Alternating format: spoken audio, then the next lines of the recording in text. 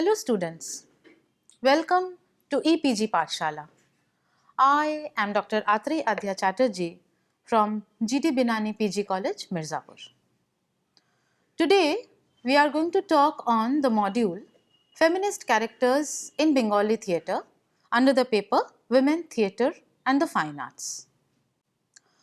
After studying this module, you should be able to A. Convey to the reader the rich traditions of feminist theatre in Bengal, also about the advent of English theatre in India, the renaissance of Bengali theatre,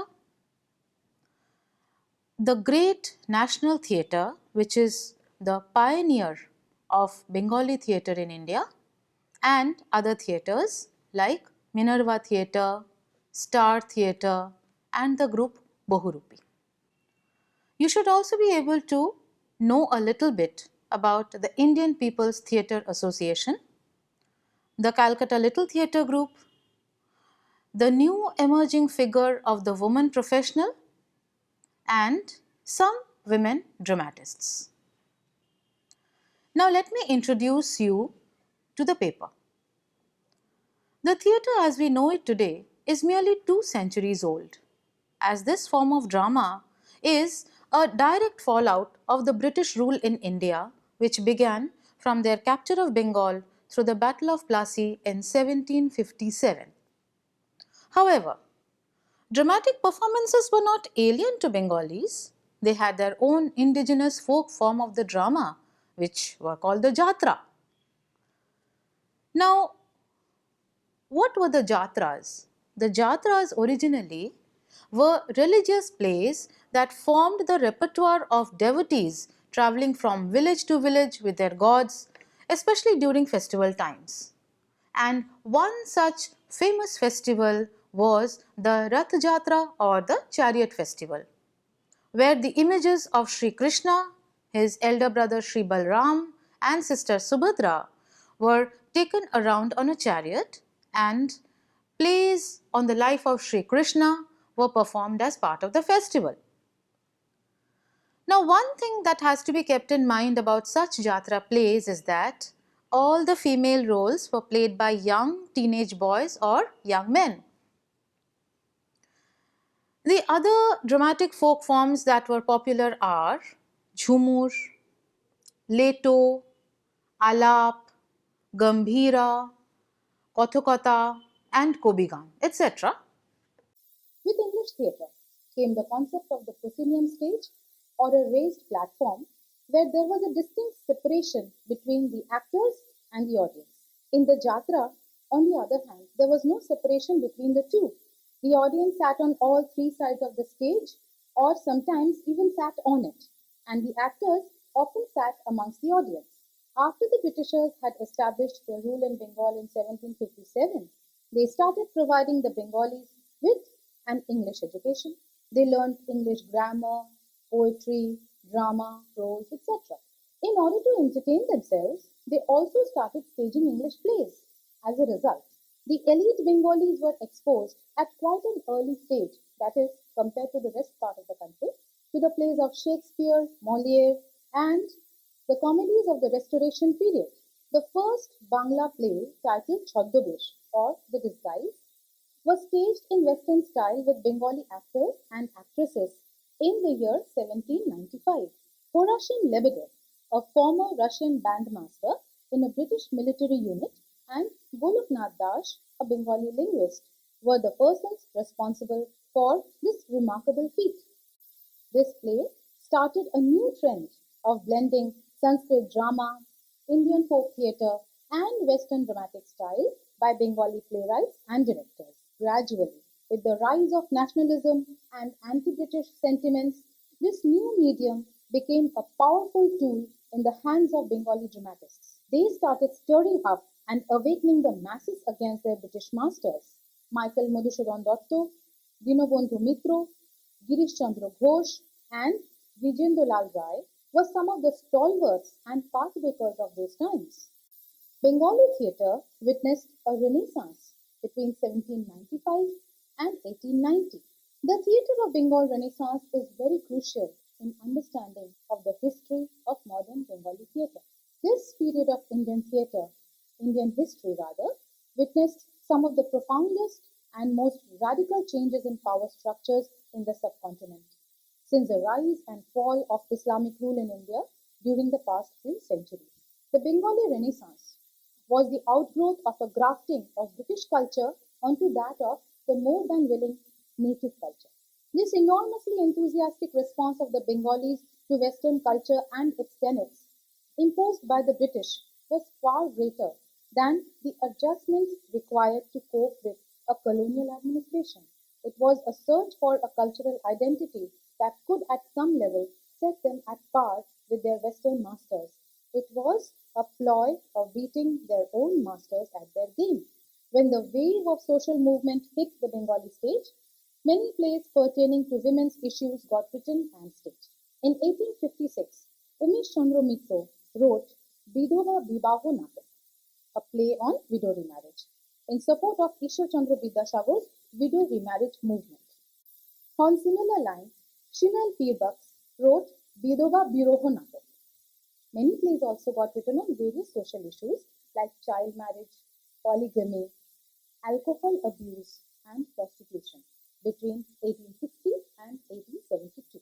Unfortunately, though they dealt with relevant social topics, they do not qualify as good plays, and theatre critics like Dr. Shukumar Sen have trumped them as trash.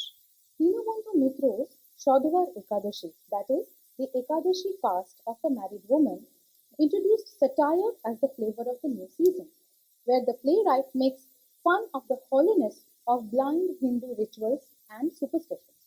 Yorashaku Thakurbari, the home of the Tagores in Calcutta, actively promoted theatre for social cause. They shifted the Bengali theatre trend of adapting Sanskrit drama to writing originally socially oriented Bengali plays reflecting contemporary issues.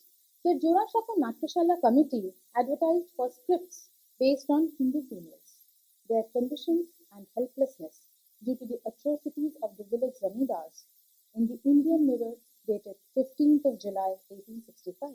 An award of rupees 100 and rupees 200 were to be given to the best scripts. This was also the first time in Bengali theatre when the elite class thought about making the life of the poor common folk a subject matter of theatre. The Jorashako Natyashala Committee and Shobhabaja Private Theatrical Society heralded the entry of middle class and commoners into the theatre arena, signaling an end to the monopoly of babus in Bengali theatre. Uh, Now let us talk about the great national theatre and some other very famous theatres of that time. The Great National Theatre was later renamed as Minerva Theatre when its proprietorship was changed, and it played a huge role in shaping up Indian theatre. Sri Jagadananda Mukherjee, an eminent lawyer, had brought some ladies out of the parda of the conservative society to welcome the Prince of Wales with a play put up in his honour at the Great National Theatre when he visited Calcutta in 1876. Now, the Bhadralok Samaj or the traditional conservative Bengali society was scandalized at this, and they put up a farce that caricatured this move to bring ladies of good Hindu homes from the Andar Mahal or the private domain into the Bahir Mahal or the public domain.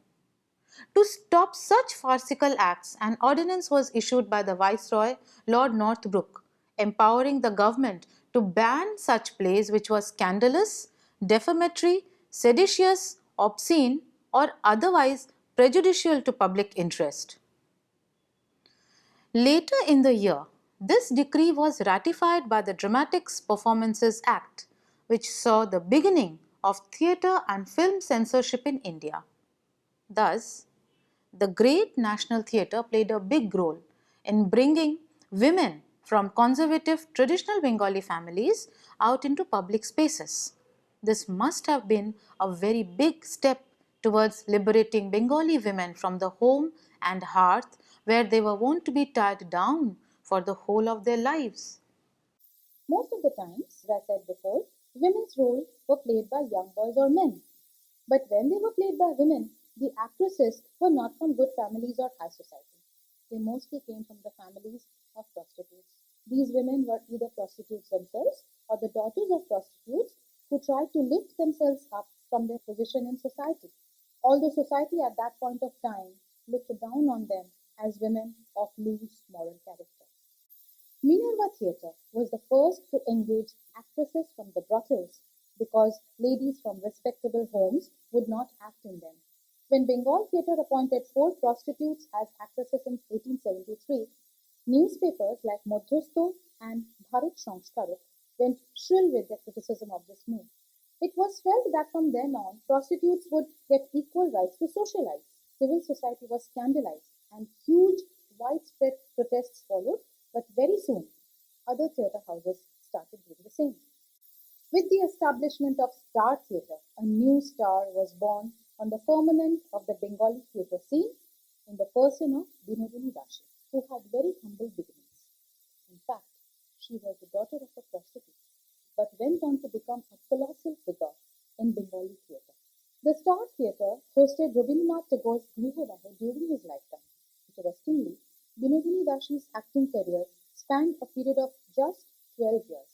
But in those 12 years, she gave such remarkable performances that she is considered as the single most powerful woman actress that the Bengali stage or even the national stage has ever produced. She was a protege of Girish Chandra Ghosh and she retired from public life when she was at the height of her acting career. Girish Chandra Ghosh, who was a stalwart of Bangla theatre, had a highly professional approach and his plays had a high impact value in society. His plays like Neel Darpon, Mir Qasim, Chhatrapati, and Shiraj-ud-Daulah deal with such diverse yet socially relevant topics like the exploitation of indigo farmers by the British landlords, to internal squabble between petty kings and princes, infighting, treachery, and national pride. His outstanding style of acting, which was both powerful and brilliant, was imitated by many of his contemporaries and juniors, for example, Amar Datta and Rani Babu. He was a mentor of Binodini Dashi, the single most of the powerful actresses that the Bengali stage has ever witnessed. Therefore, Girish Chandra Ghosh should in fact be regarded as the father of modern drama in India. Unfortunately, in many of the plays during Girish Chandra Ghosh's time, women were represented as women of loose moral character and meant for laughs, gags, and for the general entertainment of the mostly male audience. Renowned Bengali dramatist and poet Rabindranath Tagore, who went on to win the Nobel Prize for Literature in 1912, also contributed greatly to Bengali theatre by creating his own unique style of drama, where he merged and reinvented and recast Hindi classical drama, various forms of Indian folk theatre, and certain elements of European drama. Tagore's style of experimental theatre was very different from all of his contemporaries. The venue for staging of all his plays was at first Jorashakar and later at Shantiniketan, the school set up by Tagore. He wrote, directed, and even acted in his plays, where his cousins, nephews, nieces, and students participated. Tagore's plays were popular among the elite and intellectuals of Calcutta. Tagore wrote his first operas, which were known as dance drama, Balmiki Pratibha, that is, the genius of Balmiki, after returning from England in 1881. One can hardly overrate Rabindranath Tagore's contribution to the feminist cause through his numerous poems, plays, novels, and critical writings. Some of his plays, like Chandalika, gave us a strong feminist message where an untouchable girl, the daughter of a dome, which is the lowest of the low castes, finds self-respect and is emancipated from the bonds that chain her to slavery and a life of hopelessness through the help of Ananda, a Buddhist monk who shows her how to become independent. Some of his other popular plays are Raja, that is the King of the Dark Chamber, Raktakarabi or Red Oleanders, and Muktadhara or Unbound. Shishir Kumar Bhaduri, Naresh Mitro, Ohindra Chaudhary, Durgadas Banerjee are some of the actors who adopted realism in the Bengali stage. Their female colleagues Prabha Devi and Pankabati did the same as actresses of this age. Shishir Bhaduri founded Srirangam Theatre Company, which was functional till 1954. Bhaduri's style of acting was adopted by Shombu Mitra and his wife Vidya-mitra. This actor couple were part of IPTA, the left-wing People's Theatre movement. Shomu and Vidya-mitra founded the drama group Bohurupi in 1947. Bohurupi enacted Rabindranath Tagore's famous play Raktakorabi, that is Red Oleanders, Bishorjan, that is sacrifice, and Raja Oedipus, that is Oedipus Rex by Sophocles. Bohurupi under Shomu and Vidya-mitra put up such socially relevant plays like Bishorjan, which was by Tagore that deals with the Hindu ritual of animal sacrifice.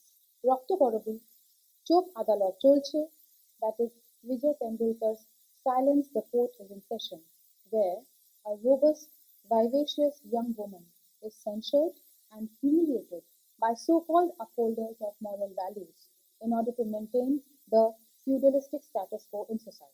And Aparajita, a one-woman feminist play. In all these plays, Prithvi Mitra played the main part. The IPTA, or the Indian People's Theatre Association, was a very popular movement, especially in the 1940s, during India's struggle for independence.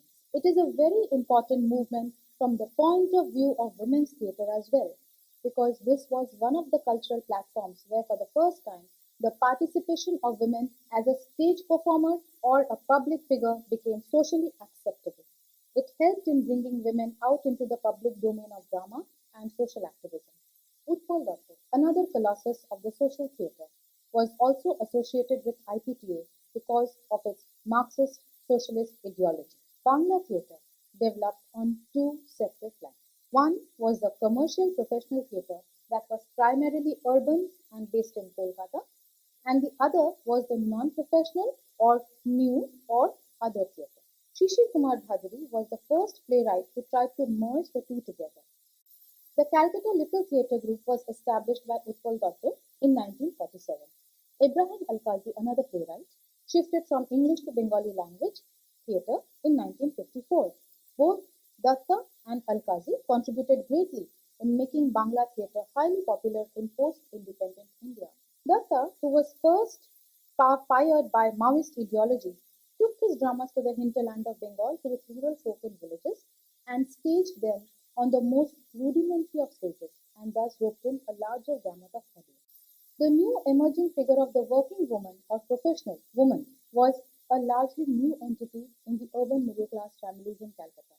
The issue was quite complicated, controversial, bold, and new for the people to readily accept. After independence, although it was evident that with modernization and economic progress, certain cultural changes would set in, there was still confusion as to how these will affect the gender equations at the workplace. Therefore, the Bhadru Mahila, or educated urban woman in a public space, was an image of contrary cultural forces at work, at the same time, which society at large was not ready to accept. She could at the same time seem both progressive and corrupt, emancipated or developed and depraved, dedicated citizen and willfully selfish. The economically independent woman stood at a difficult juncture of a patriarchal, feudalistic society that refused to accept her independent, assertive status, wishing to curb her impulses and cut her down to size, and the progressive times that were giving her a convent or otherwise education and pushing her towards the workforce. This problem has been admirably dealt with in Mahanagar, that is the metropolis, a film by Satyajit Ray in 1963. Many other literary and cinematic classics have also dealt with this problem. During these changing times, the position of the actress was doubly dubious and not very respectable. Boli, or Sacrifice, written in 1960, is Tripti Mitro's first play. It is also probably the very first play written by a woman in Bengali literature after independence. It tells the story of a woman's dilemma who is caught between saving a fugitive of law who is her former suitor and handing him over to her husband, who is a deputy magistrate from whose prison the fugitive has escaped. The woman, unable to bear the tensions of being pulled apart by opposite forces and conflicting emotions, puts an end to all this trouble by committing suicide. Women participated shoulder to shoulder with men in the Naxalite movement that took Bengal by storm in the mid 1960s and 70s. It ravaged many homes. Mahashweta Devi's Hajar Churashir Ma, that is, the mother of 1084, deals with the psychological and emotional trauma of the main protagonist, Sujata, who wakes up one morning at a phone call from the police station to discover that her beloved son, who is now lying dead in a morgue, was a Naxalite and is now reduced to corpse number 1084. In her day-long journey of struggling to understand her Naxalite son's revolutionary commitments, she starts discovering her own alienation from the complacent, hypocritical bourgeois society that her son had rebelled against. By mid-1960s, the function of group theatre as a means of nation building had fizzled out almost completely. It was now being perceived mostly as a minor theatre and an expensive hobby. Along with growing disillusionment with theatre was also the problem of lack of government funding for theatre projects. In Bengal, this problem was all the more acute because of the Marxist leftist ideology, which influenced most of the group theatres and which was mostly at loggerheads with governments at the center. Nondikar, the theatre group founded by Ajitesh Bandhopadhyay on 29th June 1960, staged quite a few women-centric plays like Noti Binodini and Antigone in 1972 and 1975 respectively. K.R. Chakraborty gave memorable performances in both as the central figure. K.R. Chakraborty also gave sterling performances in Teen Poishar Pala in 1969, Bhalo Manush in 1974, and Football. The mainstream feminist or women's movement reached its peak in early 1980s, basically propelled by a series of events happening then in India. A. The Supreme Court verdict in the Mathura rape case. B. The Roop Kanwar murder case, also known as the Sati case. And C. The passing of the Muslim Women's Act in the light of the Shah Bano case in the mid-1980s. Malini Bhattacharya's May Dile Sajiye, that is, Giving Away the Girl, a play on dowry, Bandur Khela, the monkey dance, a play on sexual and political violence, and Ato Rokto Kano, that is, Why So Much Bloodshed, again on sexual violence within married couples between, in the context of a Muslim family, were part of the repertoire of every group that was working on women's awareness issues. Mostly these plays were staged as street plays with the bare minimum or no props at all, with the audience watching the performance from all three sides. The last of the three was inspired by Rabindranath Tagore's Visarjan or Sacrifice, where Tagore criticizes animal sacrifice as part of Hindu religious rituals as a perpetuation of violence, and in which a small girl asks this question, Ato Rokto Kano, or why so much bloodshed?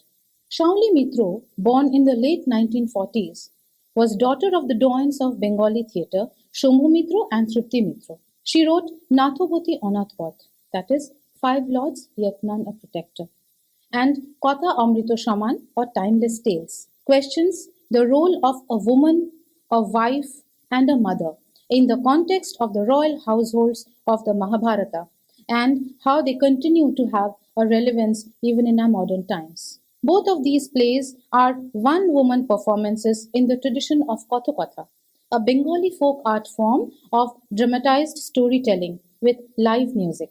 They reveal the tragedy in the lives of the royal women Shottobati, the three abducted princesses Amba, Ambika, Ambalika, the queens Kunti and Gandhari, and the daughters-in-law Draupadi, Subhadra, and Uttara. Nathopati Onathbot is the first play that gives feminist interpretations to the characters of Mahabharata in modern Bengali theatre. In the play, the tragedy of Draupadi's life is told from a feminist perspective, giving it a new interpretation. Draupadi, married to the five Pandava princess, suffers humiliation at the hands of the Kauravas, who are her husband's cousins. She also questions the role of Kunti and how she could allow Draupadi's marriage to her five sons, whether Yudhishthir could really be called a Dharmaputra, and whether the Mahabharata was really a Dharma Yuddha. In Katha Amrito Shaman or Timeless Tales, Shauli Mitro looks into the tragedies of all the royal women of Mahabharata and how they continue to have a deep relevance even in our modern times. Some other plays that have been directed by Vidya-mitra are Rajnaitik Hotta or Political Murder, Bitoshto Bidongsho, and Poshu Khamar or Animal Farm written by George Orwell. Putul Khela, A Doll's House written by Henrik Ibsen, and Chondalika written by Rabindranath Tagore also hold out strong message for society. Thus, Bengali theatre has, since the beginning, dealt with women's issues and continues to do so even today. The Bengali stage has given us some great actors, directors, playwrights, and several memorable performances. So students, let's now summarize what we have learnt in this module. 1. With English theatre came the concept of the proscenium stage, where there was a distinct separation between the actors and the audience. Earlier in the Jatra, there was no separation between the two.